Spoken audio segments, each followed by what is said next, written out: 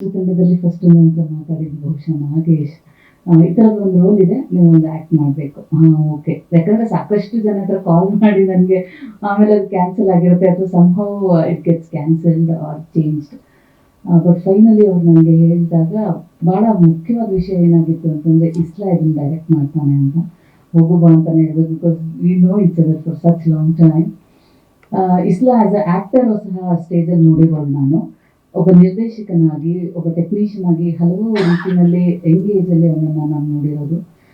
I always wanted, ಅಂದರೆ ಇಸ್ಲಾ ಅಂತಂದರೆ ಆ ಪ್ರಾಜೆಕ್ಟಲ್ಲಿ ಏನೋ ವಿಶೇಷತೆ ಇರುತ್ತೆ ಅಂತ.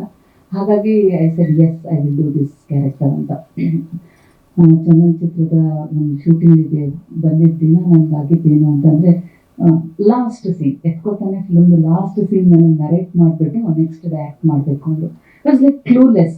ಹೇಗೆ ಅಂತಂದರೆ ಇಡೀ ಕಥೆನೇ ಗೊತ್ತಿದೆ ನನಗೆ, ಲಾಸ್ಟ್ ಸೀನ್ನ ಎಮೋಷ್ನಲ್ ಆಗಿ ಆ್ಯಕ್ಟ್ ಮಾಡಬೇಕು ಅಂತಂದಾಗ ಇಟ್ ವಾಸ್ ಟಫ್. ಸೊ ಹಾಗಾಗಿ ಪ್ರಾಬ್ಲಿ ಲಾಸ್ಟ್ ಸೀನ್ ಮಾಡಬೇಕಾದ್ರೇ ಸ್ವಲ್ಪ ಸ್ಟಮ್ಮಿಂಗ್ ಇತ್ತು. ಬಟ್ ಅದಾದಮೇಲೆ ಕತೆ ಗೊತ್ತಾದ್ಮೇಲೆ ಇಷ್ಟವರೆಗೂ ಮಾತಾಡಿದವರು ಎಲ್ಲರೂ ಮಾತಾಡಿದ್ದೇನು ಅಂತಂದರೆ ನಮ್ಮ ರೀಜನ್, ಅಂದರೆ ನಮ್ಮ ನೆಲ, ಇಲ್ಲಿನ ಅನ್ನದ ಬಗ್ಗೆ ಮಾತಾಡಿದ್ರು. ಆದರೆ ಈ ಕಥೆಯ ಮತ್ತೊಂದು ವಿಶೇಷತೆ ಏನು ಅಂತಂದರೆ, ನಮ್ಮ ಈ ಕರ್ನಾಟಕದ ಭಾಗ ಅಥವಾ ದಕ್ಷಿಣ ಕರ್ನಾಟಕ ಅಥವಾ ಈ ದಕ್ಷಿಣ ಭಾರತದ ಭಾಗದಲ್ಲಿ ಜನರಿಗೆ ಅನ್ನ ಎಷ್ಟು ಮುಖ್ಯ ಅಂತಂದರೆ, ಅದಕ್ಕಿಂತ ಬಹಳ ಮುಖ್ಯವಾದದ್ದು ತಾಯಿ ಮಗನ ಸಂಬಂಧ, ಬಾಂಧವ್ಯ.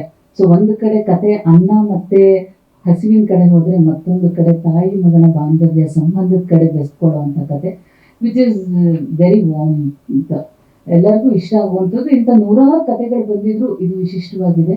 ನೋಡೋದಕ್ಕೆ ಮನೋರಂಜನೆ ಅಷ್ಟೇ ಅಲ್ಲದೆ ಇವತ್ತಿನ ಸಮಾಜಕ್ಕೆ ಅಗತ್ಯವಾಗಿ, ಅದರಲ್ಲಿ ಯುವ ಪೀಳಿಗೆಗೆ ಒಂದು ಆ್ಯಪ್ ಇಟ್ಕೊಂಡು ನೀವು ಅಕ್ರಾಸ್ ದಿ ವರ್ಲ್ಡಲ್ಲಿರೋ ಯಾವುದೇ ಒಂದು ಊಟವನ್ನು ಇವತ್ತು ಆರ್ಡರ್ ಮಾಡಿ ಮನೆಗೆ 30 ನಿಮಿಷದಲ್ಲಿ, 10 ನಿಮಿಷದಲ್ಲಿ ತರಿಸ್ಕೊಳ್ಬಹುದು.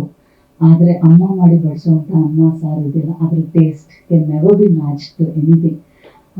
ಹಾಗೆ ತಾಯಿ ಮಗನ ಸಂಬಂಧ ಇದೆಯಲ್ಲ, ಮಕ್ಕಳು ಇವತ್ತು ಅಮೇರಿಕಾದಲ್ಲೇ ಕೆಲಸ ಮಾಡ್ತಿರ್ಬೋದು, ಆದರೆ ಅಮ್ಮ ಅಂದ ತಕ್ಷಣ the moment they get into tears. ಅದರಲ್ಲೂ ಗಂಡು ಮಕ್ಕಳು, ಹೆಣ್ಮಕ್ಳು ಅನ್ನೋದಕ್ಕಿಂತ ಜಾಸ್ತಿ